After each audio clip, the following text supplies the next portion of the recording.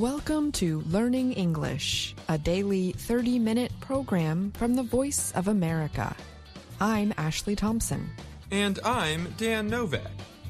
This program is designed for English learners, so we speak a little slower, and we use words and phrases especially written for people learning English.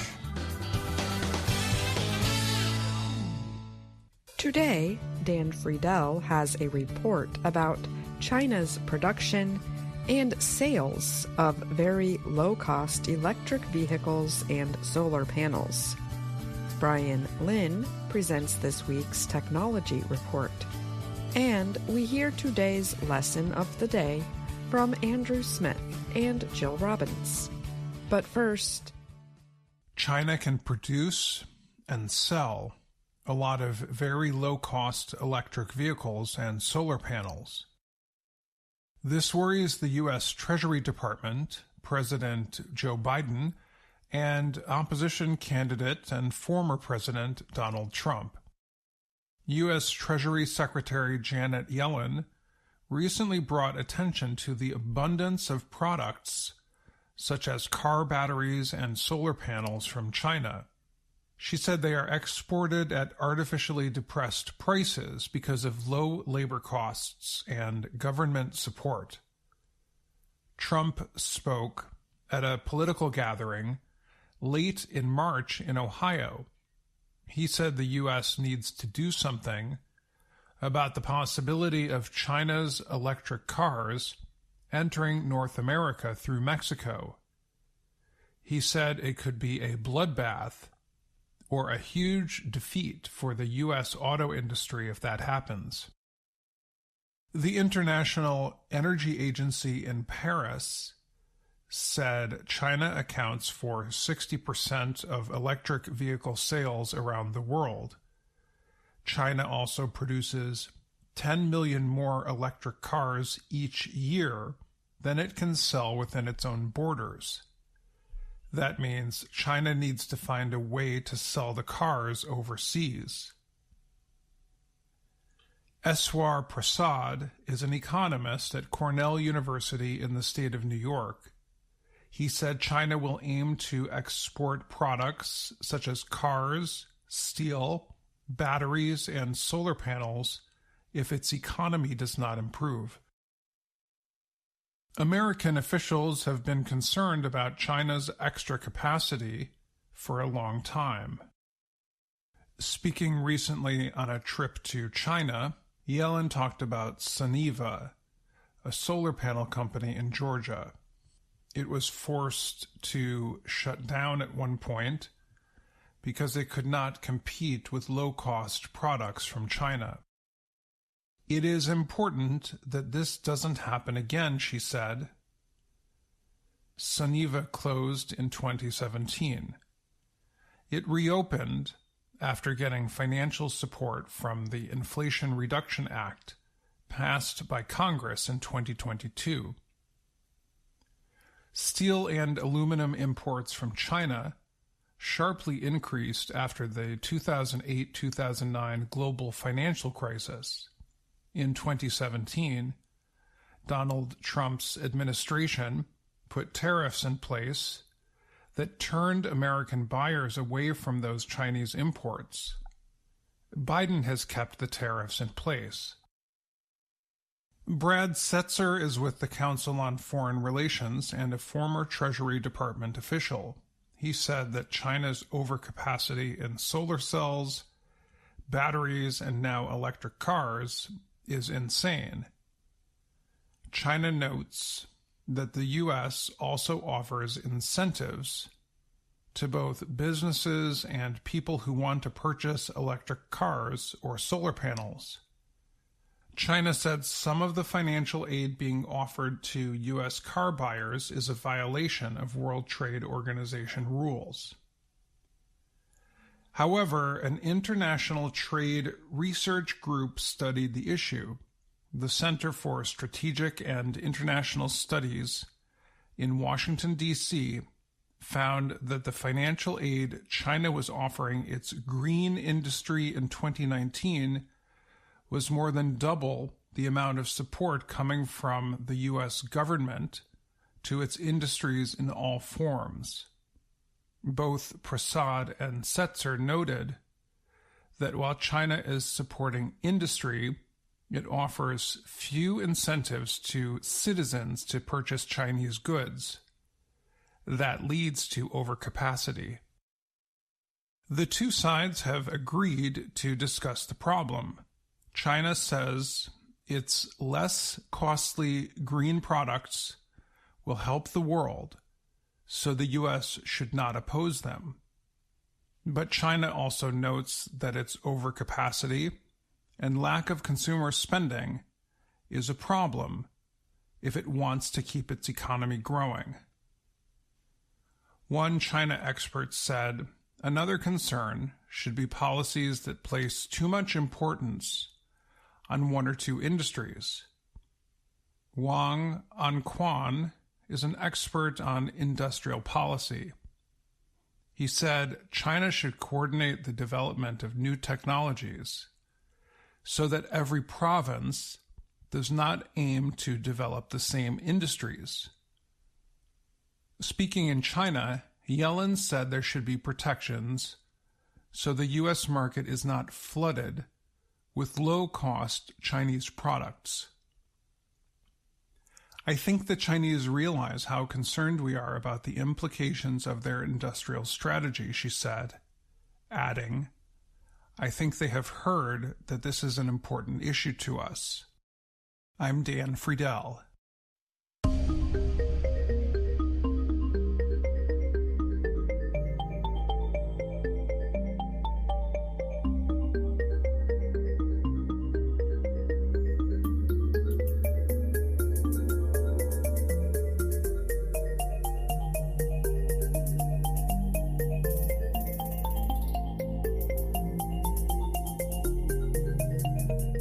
ChatGPT developer OpenAI has introduced a new tool that it says can reproduce human voices with just a short audio sample.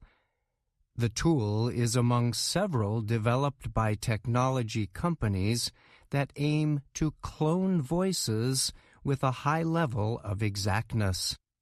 The system is called Voice Engine. OpenAI released details about Voice Engine on March 29th. The company also released some examples of how the tool performs. The company explained in a statement that the system uses written instructions and a 15-second audio sample to produce or generate natural-sounding speech in the voice of any speaker. OpenAI said it has been working on developing the tool since late 2022. It plans to continue developing it before releasing it to the public. The company said the delayed release represents a cautious and informed effort to prevent possible misuse. OpenAI said it began testing Voice Engine with a small group of trusted partners. This testing aims to help company officials decide how to improve the tool's safety and learn how it can be used for good across different industries. There have already been highly publicized examples of false or fake voice recordings that sound like well-known people and politicians. One such example was an AI-manufactured voice claiming to belong to U.S. President Joe Biden. The voice was turned into a message that was sent by telephone to voters earlier this year in the state of New Hampshire. In the fake audio, Biden appears to try to urge voters not to take part in presidential primary voting. Election officials in New Hampshire are still investigating the incident. OpenAI's statement identified such election risks. We recognize that generating speech that resembles people's voices has serious risks. which are especially top of mind in an election year. There have been other examples of so-called deepfakes being used in political campaigns around the world. A deepfake is a piece of audio or video created to make it appear that people in it are saying or doing things that they never did. OpenAI said it is currently discussing how to limit these and other risks of such voice cloning systems. Technology experts have also warned such tools can be used to carry out financial crimes. For example, voices can be recorded and then reproduced to represent another individual in an effort to carry out fraud. The company said it has been in contact with U.S. and international partners from across government, media, entertainment, education, civil society, and beyond. The aim is to get advice from people in these groups about the best ways to develop and deploy the system, OpenAI said. OpenAI said its early voice engine testers have agreed not to represent a person without their permission and to clearly state that the voices are produced by AI. The company is best known for its launch of the AI-powered ChatGPT tool, which was launched in November 2022.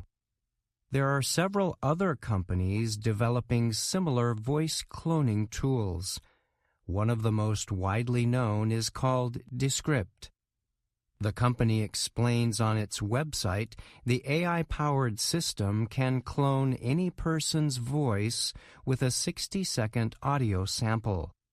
Descript also offers other services involving audio and video production. The company's website says users can choose a free plan that includes up to 1,000 words of voice cloning. For $24, users can get unlimited voice generation, Descript said. OpenAI listed several possible uses for the technology tool.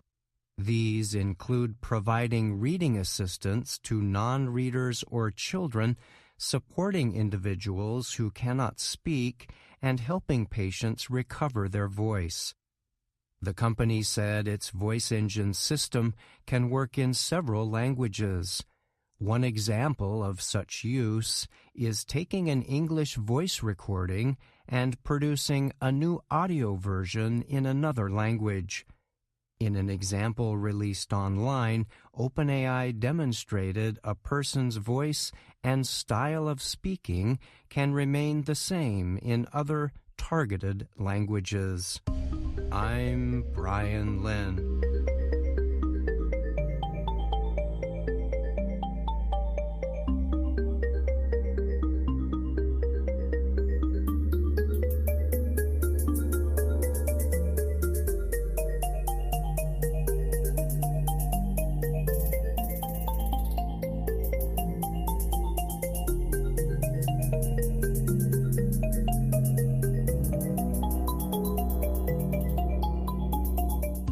Brian Lynn is here now to talk more about this week's technology report.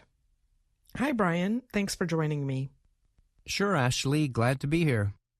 This week, you examined a new technology tool from OpenAI that aims to reproduce human voices with a high level of quality. The company released some samples of its tool online, but it is holding off on a public release as it considers safety concerns. What possible risks with the system has OpenAI identified? So the main risk the company identified in its statement is that people could use such a tool to produce fake audio of politicians during this year's American presidential election. We have already seen a couple of examples of that happening in the U.S. and other countries. The other main concern OpenAI has is that people will use the tool to produce voices of other individuals without those individuals giving their permission to do so. And how does this tool compare with other voice cloning systems that are currently available to the public? So, yes, there are other systems out there that people can try, and it seems like all the voice cloning tools work very similarly. Some of the other systems do seem to target individuals or groups doing their own audio production, and a big market seems to be podcasters. OpenAI, on the other hand, has identified other specific areas where the technology can be used, such as in educational settings or to support people with speech difficulties. All right. Thanks so much for joining me, Brian, and thank you for your report. You're welcome. Thank you, Ashley. VOA Learning English has launched a new program for children. It is called Let's Learn English with Anna. The new course aims to teach children American English through asking and answering questions and experiencing fun situations. For more information, visit our website, learningenglish.voanews.com.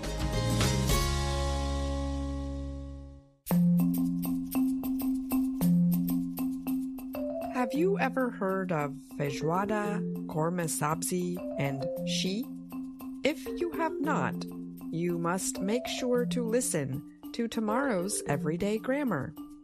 John Russell will review more messages from listeners describing their country's national dishes. You will also find the lesson on our website, learningenglish.voanews.com.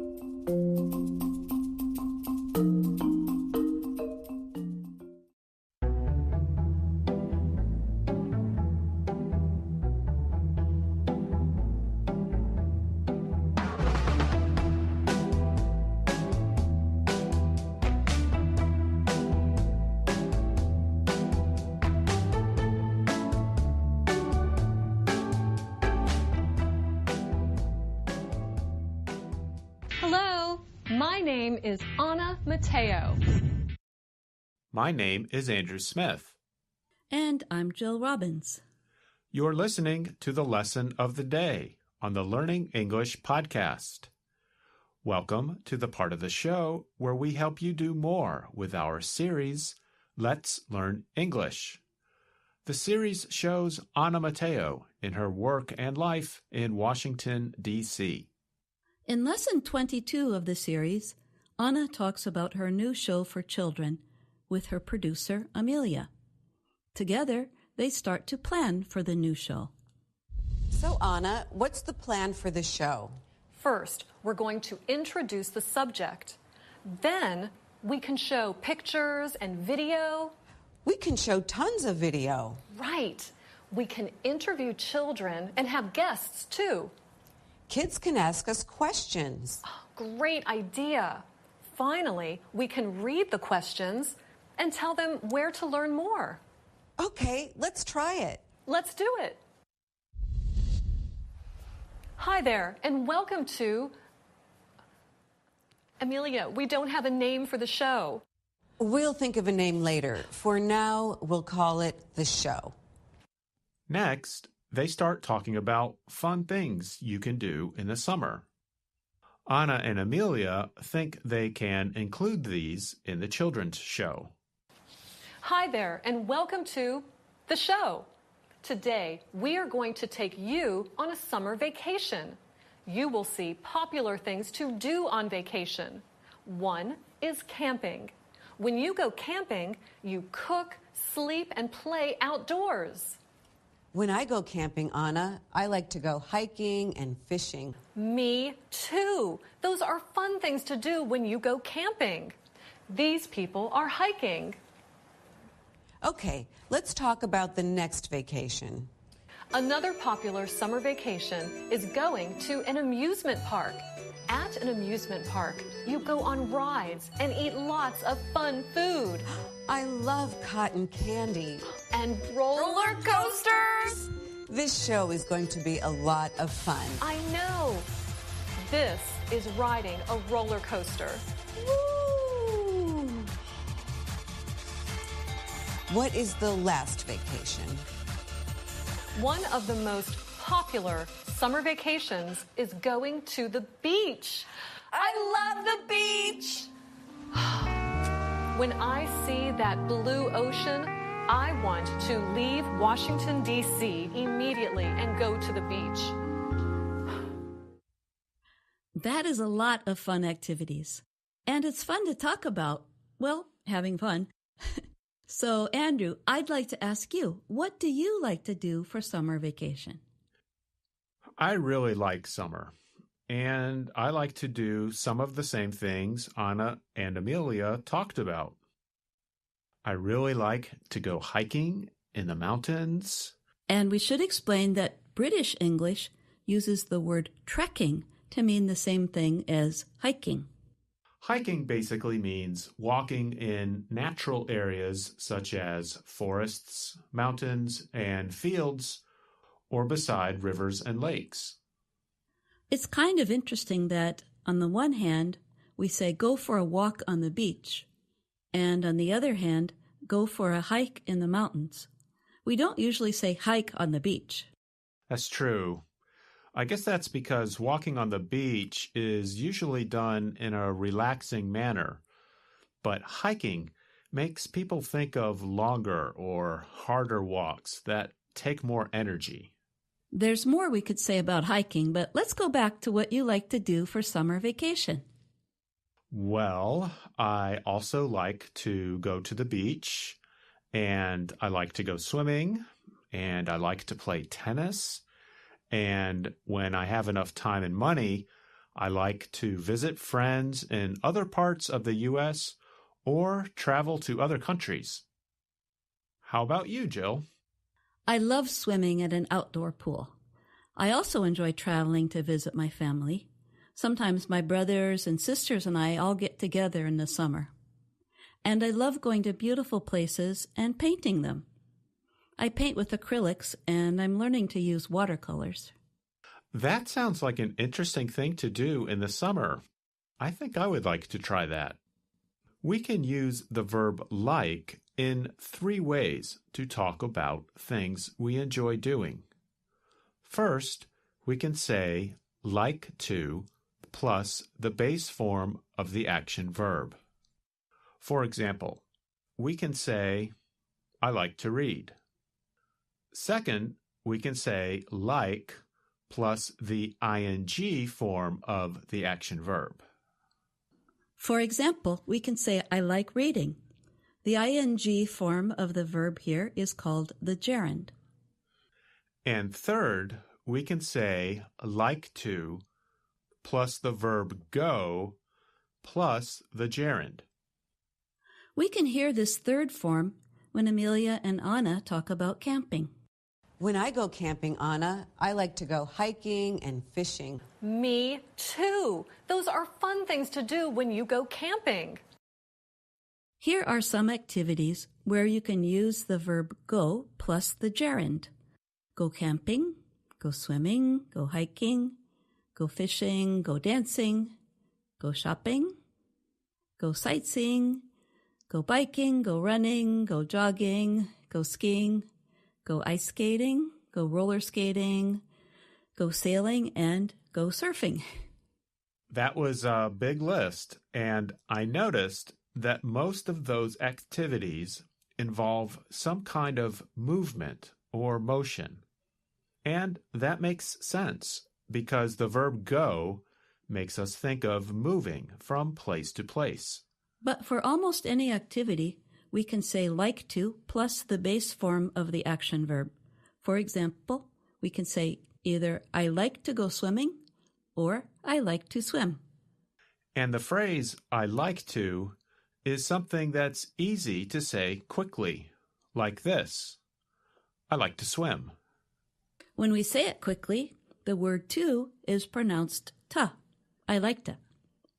I like to swim. I like to bike. That's how it sounds faster. Ba-da-da-dum, ba-da-da-dum. That's the rhythm or beat of the phrase.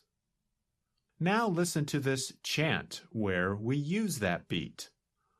The phrases go by very quickly, but don't worry if you can't understand every word. Ready? Listen. There's so many things that I like to do. I like to run, I like to walk, I like to read, I like to talk, I like to teach, I like to learn, I like to dance, I like to sing and dance. There's so many things that I like to do. I like to cook, I like to eat, I like to cook, I like to eat, I like to eat, I like to eat, I like to eat, I like to eat. You really like to eat. Yes, I really like to eat. I like to watch TV, I like to read a magazine, I like to listen to the birds, I like to look at the moon, I like to walk in the hills, I like to swim in the sea, I like to lie in bed and rest my head. There's so many things that I like to do.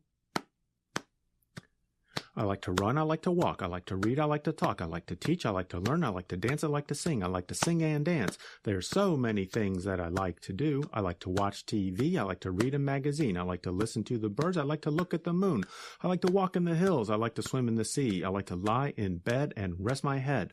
There's so many things that I like to do. There's so many things that we all like to do. There's so many things that we all like to do.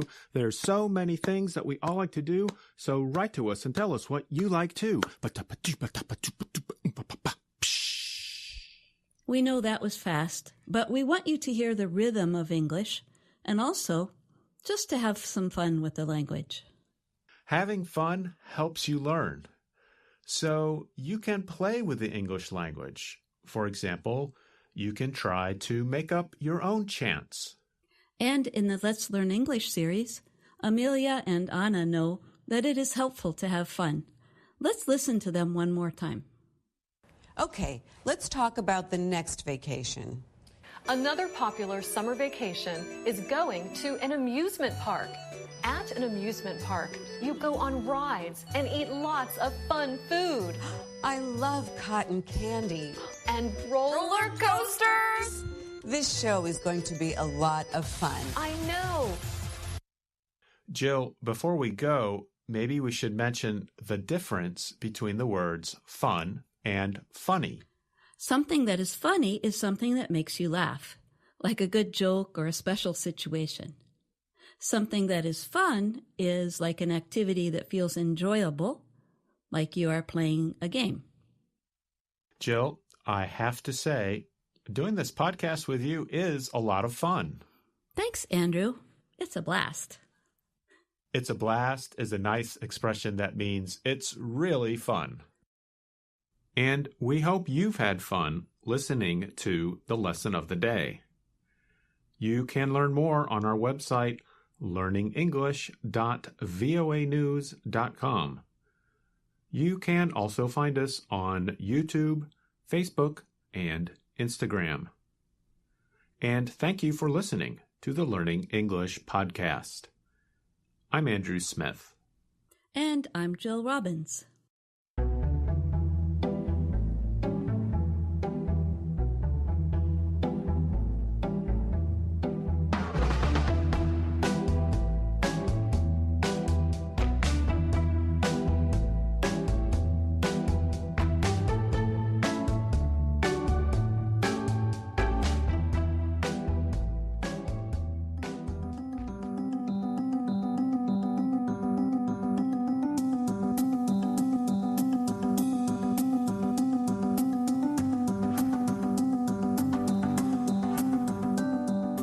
That's our program for today.